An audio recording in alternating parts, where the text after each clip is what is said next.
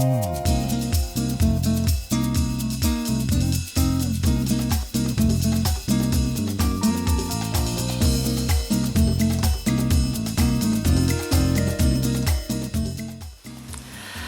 this is part 2 of the interview with Loren Lockman, and in this part he'll be sharing with us a couple of really interesting stories. So we had to move to another location because it was raining, but I'm also going to show you now the view from that place. So have a look and enjoy!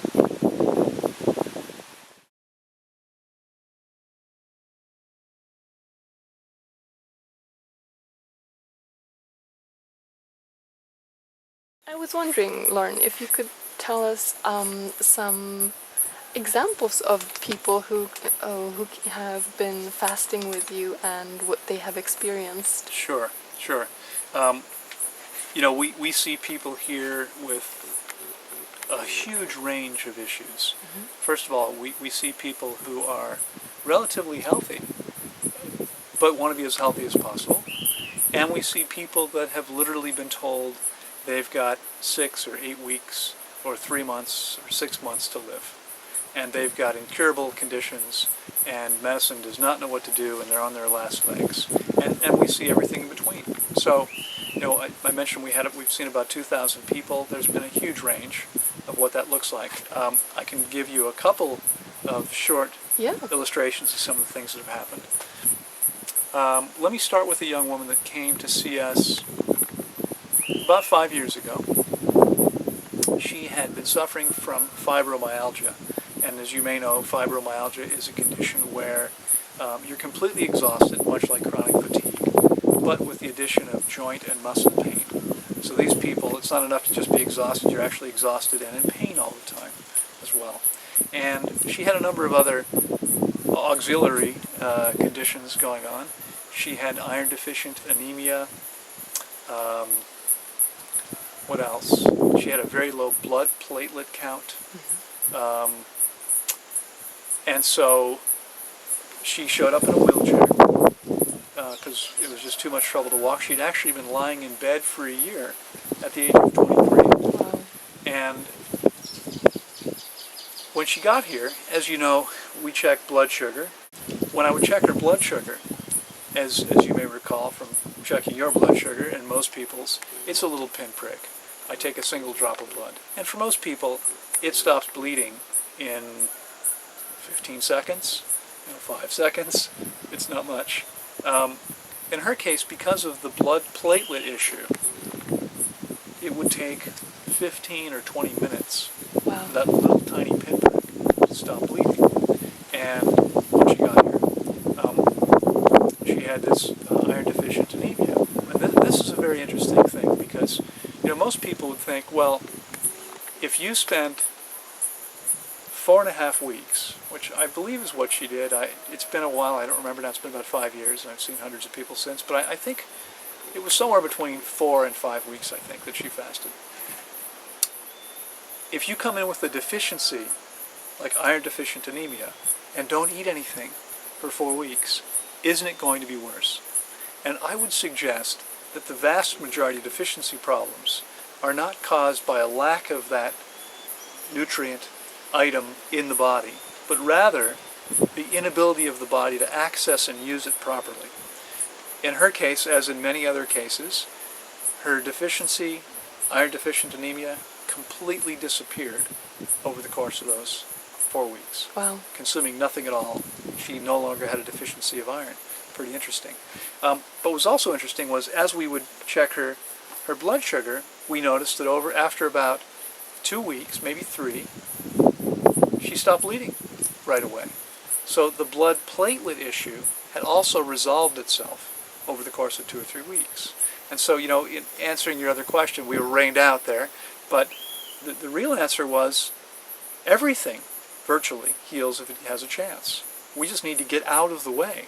What we've been doing our whole lives is suppressing every symptom as it arises. And not only do we never get well because we never address the cause of the problem, we actually get more toxic and lower vitality and have a smaller chance of ever actually healing the problem. So she left here, before she left here, as you know, we're up in the mountains, and hopefully viewers will see this beautiful view from here, but she would hike 5-6 miles Wow. each day before she left here with no problem. Wow. Yeah, and so no more fibromyalgia, no pain, no fatigue, no iron deficient anemia, no blood platelet problem. She was literally a new person.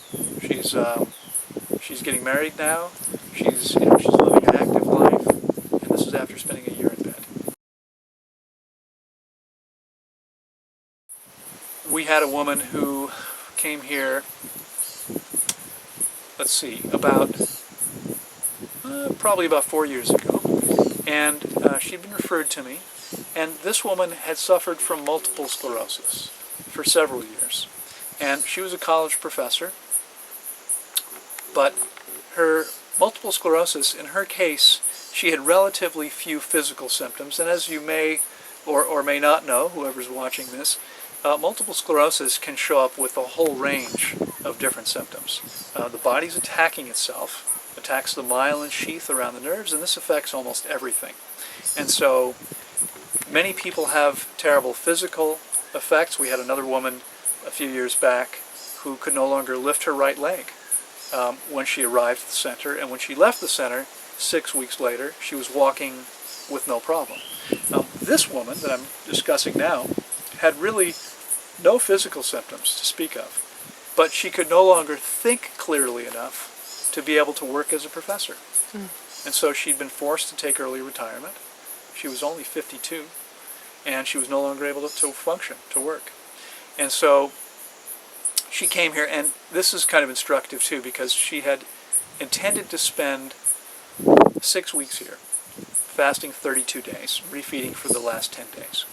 But she came with 3 other women who were all only staying for 28 days, 21 days fasting. She was going to fast 11 days longer. And it's important to point out, I think, for the sake of this story, that this woman was deaf. And so she came with 3 other deaf women. They had their own little community. They could communicate with each other. And not so well with people that don't speak sign language. So when her friends were all getting ready to break their fasts, she decided that maybe she would break her fast and go home too. That she was thinking more clearly than she'd thought for years. And that was her primary reason for coming. So she thought, well, I've already eliminated the one primary reason I came here. Maybe I miss my husband, right? Maybe I'll go home, finish with everybody else, and go home 2 weeks early. And I pleaded with her not to do that. But ultimately she decided to do it anyway. And the reason I didn't want her to do that was because although that primary symptom had lifted, as I've explained to you, if we think about the straw that breaks the camel's back, right, you add 1 straw at a time, and eventually 1 more straw is more than that camel can handle. Well, if we could take those straws back off and the camel's back could magically pop back up, when we took that last straw off, it would pop back up. But the question is, how many straws away from having a broken back is the camel? So her symptom had disappeared, but it wasn't that far away. It wasn't completely healed yet. MS, after several years, is a pretty significant issue, and the body is not going to completely resolve it in 4 weeks. It had resolved it to the point that she could think clearly and felt great, but she went home, made some less than optimal choices in terms of diet after a while, and 3 months later, she sent me an email saying, now I understand why you tried to convince me to stay longer. And she came back a year later, and she did the process again, and this time she followed the diet I gave her perfectly, and now, almost 3 years later, she is feeling and functioning better than ever. Wow. So, the thing is, fasting and the rest of the program that I teach, Right. it won't help everybody. It's not for everybody. If you're watching this right now and you're already dead, I'm sorry, I can't help you. But if you're not dead yet, okay, if you're still living, even just barely, the truth is that your body, if it has a chance, it'll heal itself.